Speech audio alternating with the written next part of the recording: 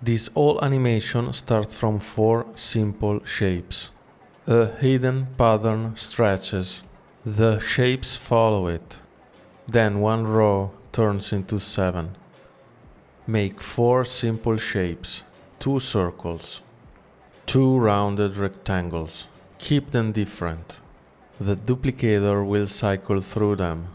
Select the 4 shapes. Click Duplicator. Now the 4 shapes become one repeating strip. Add a color array. Keep 3 colors.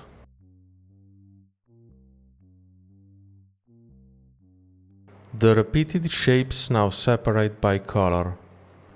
Change the duplicator to submesh. Now the strip needs a layout to follow. We'll use a rectangle pattern.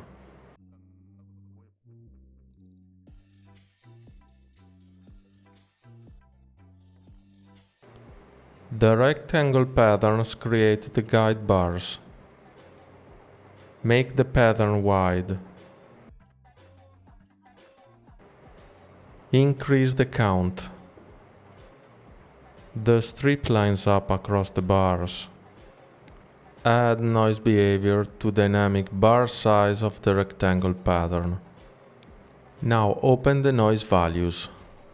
Set a wide size range. Add stagger and looping. Slow the timescale down. Now the strip starts flexing.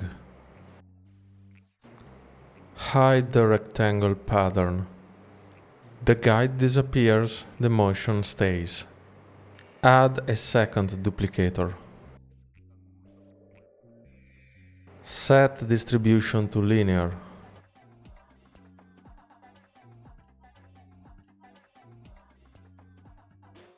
Change the direction to vertical. One flexing strip becomes 7 rows.